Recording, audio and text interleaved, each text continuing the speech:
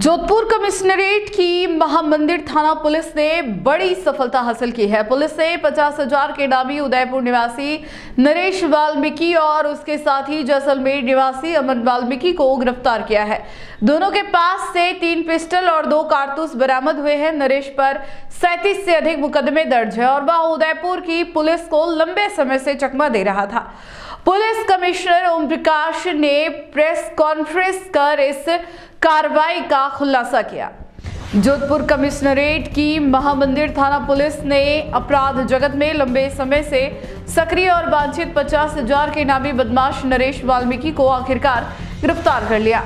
उसके साथ जैसलमेर निवासी अमन वाल्मीकि को भी पकड़ा गया है।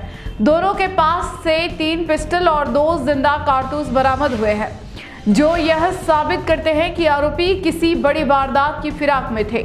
नरेश वाल्मीकि का आपराधिक इतिहास काफी लंबा है। उसके खिलाफ उदयपुर सहित कई जिलों में 37 से अधिक गंभीर मुकदमे दर्ज है। हत्या के प्रयास, अवैध हथियार, रंगदारी और मारपीट जैसे मामलों में वह लगातार फरार चल रहा था। उदयपुर की सूरजपोल थाना पुलिस एक प्रकरण में काफी समय से उसकी तलाश में जुटी हुई थी। उसकी बढ़ती आपराधिक गतिविधियों को देखते हुए हाल ही में उदयपुर रेंज आईजी ने उस पर 50,000 रुपए का इनाम घोषित किया था। पुलिस को दोनों बदमाशों के भदवासिया इलाके में होने की पुख्ता सूचना मिली। इसके बाद टीम ने घेराबंदी कर दोनों को धर दबोचा। तलाशी में उनके पास से अवैध हथियार मिले, जिन्हें पुलिस ने मौके पर ही जब्त कर लिया।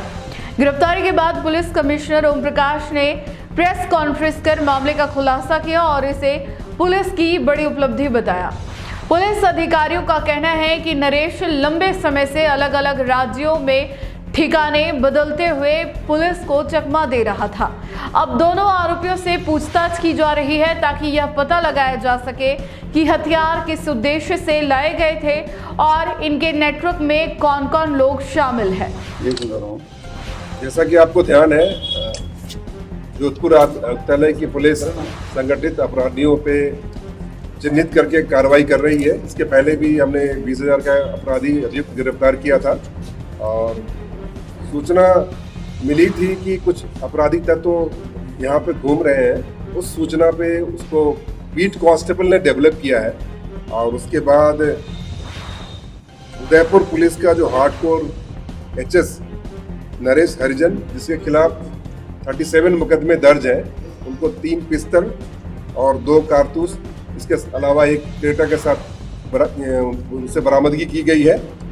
और इसके साथ ही अमन को भी गिरफ्तार किया गया है, जिसके खिलाफ 6 मुकदमे हैं। इनमें 111 की धारा लगाई गई है, जो संगठित अपराधियों के खिलाफ लगाई जाती है। इसमें विशेष ध्यान देने योग्य बात यह है कि इसके लिए 50,000 का इनाम उदयपुर पुलिस ने घोषित कर रखा था और ये उदयपुर में वांछित भी था और ये आने वाले समय में वहाँ के हार्डकोर अपराधी प्रवीण कसेटा की हत्या की साजिश कर रहा था। जहाँ तक जोधपुर का सवाल है, जोधपुर में जहाँ जहाँ पे ये रहा है, उस संबंध में जिन जिन लोगों के संपर्क में रहा है उनकी जानकारी इकट्ठा की जा रही है। आपको बता दें, कुछ दिनों तक यहाँ पे शमशान घाट में भी रह रहा था और शमशान घाट में ही इसकी गतिविधि जब अवांछित लगी तो उसको फॉलो किया गया और यहाँ तक हम पहुँचे। नरेश का पहले हार्डकोर अपराधी रहा है और इसका क्रिमिनल बैकग्राउंड रहा है। ये मर्डर के मुकदमे में भी जेल जा चुका है और आने वाले समय में भी ऐसा कृत्य करने की पूरी संभावना थी, जो कि अपने पूछताछ में इसने बताया है। जहाँ तक अमन का सवाल है, अमन के खिलाफ भी 6 मुकदमे हैं और उसमें भी मारपीट के मुकदमे हैं। तो सारे तथ्यों का अन्वेषण कर रहे हैं और कड़ी से कड़ी मिला रहे हैं, परंतु अभी तक जोधपुर में इनके संपर्कों के संबंध में ऐसी कोई सूचना हमें प्राप्त नहीं हुई। सर, जोधपुर में ये अंबा माता थाने का एचएस है और वहाँ भी उसके खिलाफ भी मुकदमा दर्ज है। जोधपुर पुलिस को इस संबंध में सूचित कर दिया गया। सर, जोधपुर में इन्होंने क्यों अपना बेस कैंप बना रखा था? यहाँ क्यों? कितने समय? तो क्या कोई सेफ हाउस लगा इनको? क्या इनका कहना है कि अपनी बेटी की शादी के संबंध में यहाँ पे आया था और कुछ दिनों से यहाँ पे रह रहा था। जब पूरा अन्वेषण होगा और पूरे कॉल डिटेल निकाले जाएंगे और तथ्यों का अन्वेषण किया जाएगा, तभी हम किसी कंक्लूजन में पहुंच पाएंगे। परंतु जिन लोगों के संपर्क में रहा है सबसे पूछताछ जारी है।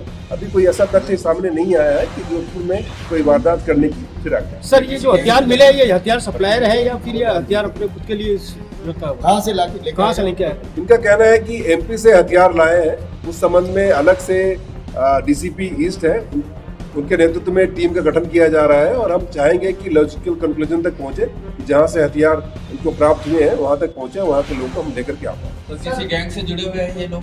डेफिनेटली इनका खुद का ही गैंग है और जिनके खिलाफ ये कार्रवाई करना चाह रहे थे वो भी एक पर्टिकुलर गैंग के मेंबर है और हमने जो प्रकरण दर्ज किया है वो भी संगठित अपराध की धारा लगाई है, गैंग के सदस्य रहने की धारा लगाई है। आने वाले समय में भी जो भी इस तरह के आपराधिक बैकग्राउंड के लोग हैं उनको चिन्हित करके उनके खिलाफ कार्रवाई की जाएगी, ये हमारी प्रतिबद्धता है। अगर आपको भी इस वेडिंग सीजन शादी की शॉपिंग करनी हो, इलेक्ट्रॉनिक हो, होम अप्लाइंसेस हो या फिर फर्नीचर, तो आ जाइए उदयपुर के अंदर लोकेटेड मयंक इलेक्ट्रॉनिक पे, जहाँ पर आपको ये सारी चीज़ें अवेलेबल मिल जाएगी एक ही जगह पर। नमस्ते दोस्तों, मैं Hitesh Jain, owner Mayank electronics 2.0 and Mayank electronics mobile world. शादी की पूरी शॉपिंग करने पे हम दे रहे हैं लाडली बिटिया को 6,990 रुपये का गिफ्ट, जिसमें से हम आपको दे रहे हैं mixer, tiffin box, pillow, bedsheet, comforter, iron और 3 लीटर कुकर। इतना प्राइस आपको कोई नहीं देगा पूरे उदयपुर में। तो आज ही आइए, आपकी शादी का सामान सारा बुक कराइए। Mayank electronics 2.0 sector 14 100 feet road. धन्यवाद।